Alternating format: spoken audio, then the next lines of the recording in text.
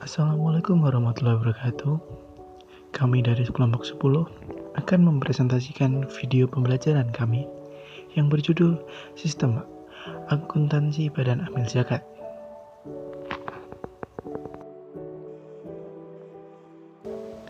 Adapun anggota kelompok 10 antara lain Baskoro Arya Duta Mardika dan Nur Aziza dengan NIM yang telah tertera di video. Adapun materi yang akan kami bahas antara lain 1. Sistem akuntansi lembaga amil zakat dan wakaf, 2. Struktur organisasi wewenang dan tugas, 3. Sistem pengendalian internal lembaga, 4. Laporan keuangan dan tujuannya, 5. Laporan penerimaan dan pendistribusian zakat, infak atau sedekah dan dana amil.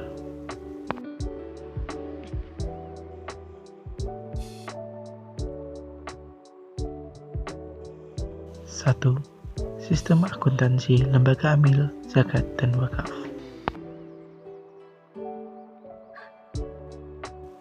Dana zakat adalah bagian non-amil atas penerimaan zakat. Dana infak atau sedekah adalah bagian non-amil atas penerimaan infak atau sedekah. Dana amil merupakan bagian amil atas dana zakat dan infak atau sedekah serta dana lain yang oleh pemberi diperuntukkan bagi amil dan digunakan untuk pengelolaan amil. Dana non-halal merupakan dana untuk menampung transaksi non-halal, yaitu semua penerimaan dari kegiatan yang tidak sesuai dengan prinsip syariah. Contohnya, pendapatan bunga bank konvensional.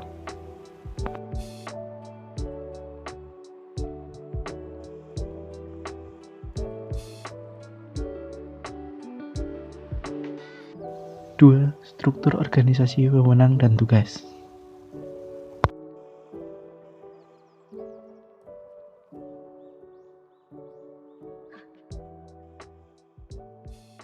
Struktur organisasi Badan Amil Zakat terdiri dari 3 bagian, yaitu Dewan Pertimbangan, Komisi Pengawas, dan Badan Pelaksana.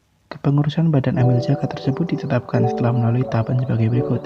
A. Membentuk tim penyeleksi yang terdiri atas unsur ulama, cendekia, tenaga profesional, praktisi pengelola zakat, lembaga swadaya masyarakat terkait, dan pemerintah.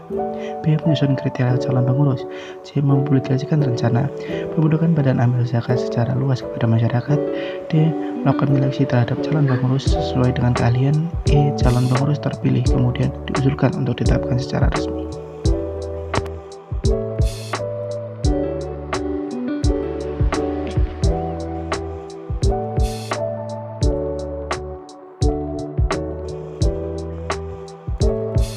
Adapun tugas, wewenang, dan tanggung jawab pengurus Badan Amil Zakat berdasarkan Keputusan Menteri Agama Republik Indonesia Nomor 581 Tahun 1999 tentang pelaksanaan Undang-Undang Nomor 38 Tahun 1999 tentang pengelolaan zakat sebagai berikut.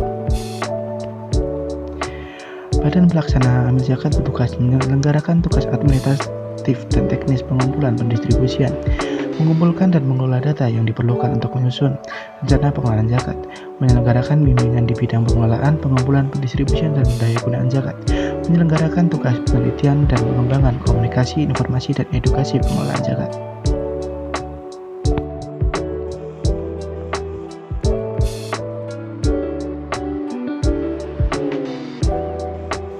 B. Dewan Pertimbangan Amil Zakat bertugas memberikan pertimbangan kepada badan kepala badan pelaksana, baik diminta maupun tidak dalam pelaksanaan tugas organisasi. C. Komisi Pengawas Badan Amil Zakat bertugas melaksanakan pengawasan terhadap pelaksanaan tugas administratif dan teknis pengumpulan, pendistribusian, pendayagunaan zakat, serta penelitian dan pengembangan pengelolaan zakat.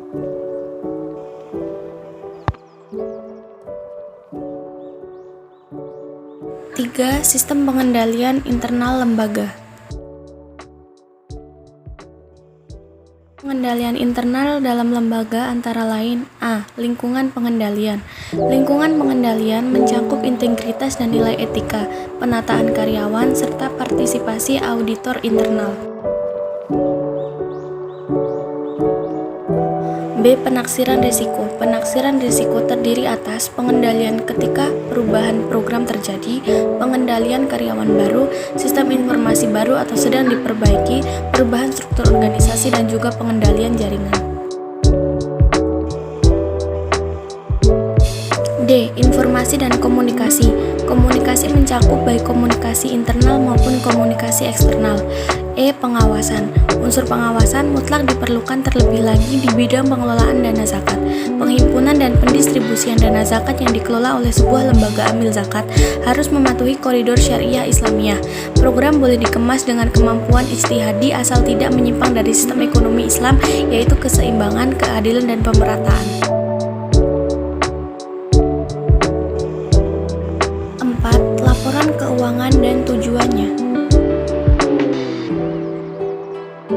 Tujuan laporan keuangan dalam hal ini yang berada di lembaga amil zakat atau badan amil zakat antara lain untuk memberikan dan menyediakan informasi menyangkut posisi keuangan, kinerja, serta perubahan posisi keuangan yang bermanfaat bagi seluruh jumlah besar pengguna laporan keuangan dalam berbagai pengambilan keputusan. Kelima, laporan penerimaan dan pendistribusian zakat, infak atau sedekah, serta dana amil. Catatan atas laporan keuangan. 1. Amil menyajikan catatan atas laporan keuangan sesuai dengan PSAK, penyajian laporan keuangan syariah yang relevan. 2. Kebijakan penyaluran zakat seperti penentuan skala prioritas penyaluran dan penerimaan. Yang ketiga, kebijakan pembagian antara dana amil dan dana non-amil atas penerimaan zakat seperti presentasi pembagian, alasan, dan konsistensi kebijakan. 4. Metode penentuan nilai wajar untuk menentukan penerimaan zakat berupa aset non-kas. 5. Rincian jumlah penyaluran zakat yang mencakup jumlah beban pengelolaan dan jumlah dana yang diterima langsung mustahik. 6. Hubungan istimewa antara amil dan mustahik yang meliputi sifat hubungan istimewa, jumlah dan jenis aset yang disalurkan, dan presentasi yang disalurkan tersebut dari jumlah total penyaluran. Amil harus mengungkapkan metode penentuan nilai wajar dalam penerimaan infak atau sedekah berupa aset non-kas. 8. Kebijakan pembagian antara dana amil dan dana non-amil atas penerimaan infak atau sedekah seperti presentasi pembagian, alasan, dan konsistensi kebijakan. 9. Kebijakan penyaluran infak atau sedekah seperti penentuan skala prioritas, penyaluran, dan penerimaan. 10. Keberadaan dana infak atau sedekah yang tidak langsung disalurkan tetapi dikelola terlebih dahulu. Jika tidak, maka harus diungkapkan jumlah dan presentasi dari seluruh penerimaan infak sedekah.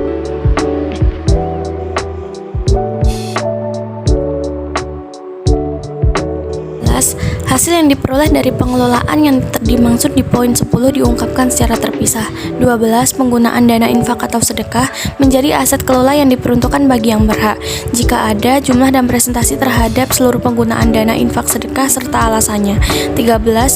Rincian jumlah penyaluran dana infak sedekah yang mencakup jumlah beban pengelolaan dan jumlah dana yang diterima secara langsung oleh penerima. Yang ke-14, rincian dana infak atau sedekah berdasarkan pembentukannya terikat dan tidak terikat.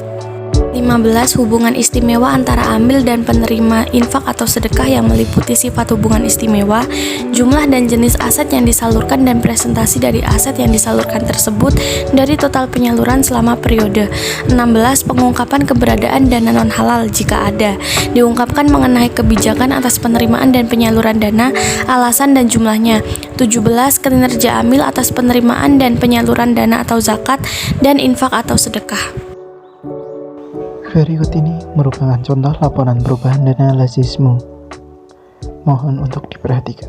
Terima kasih.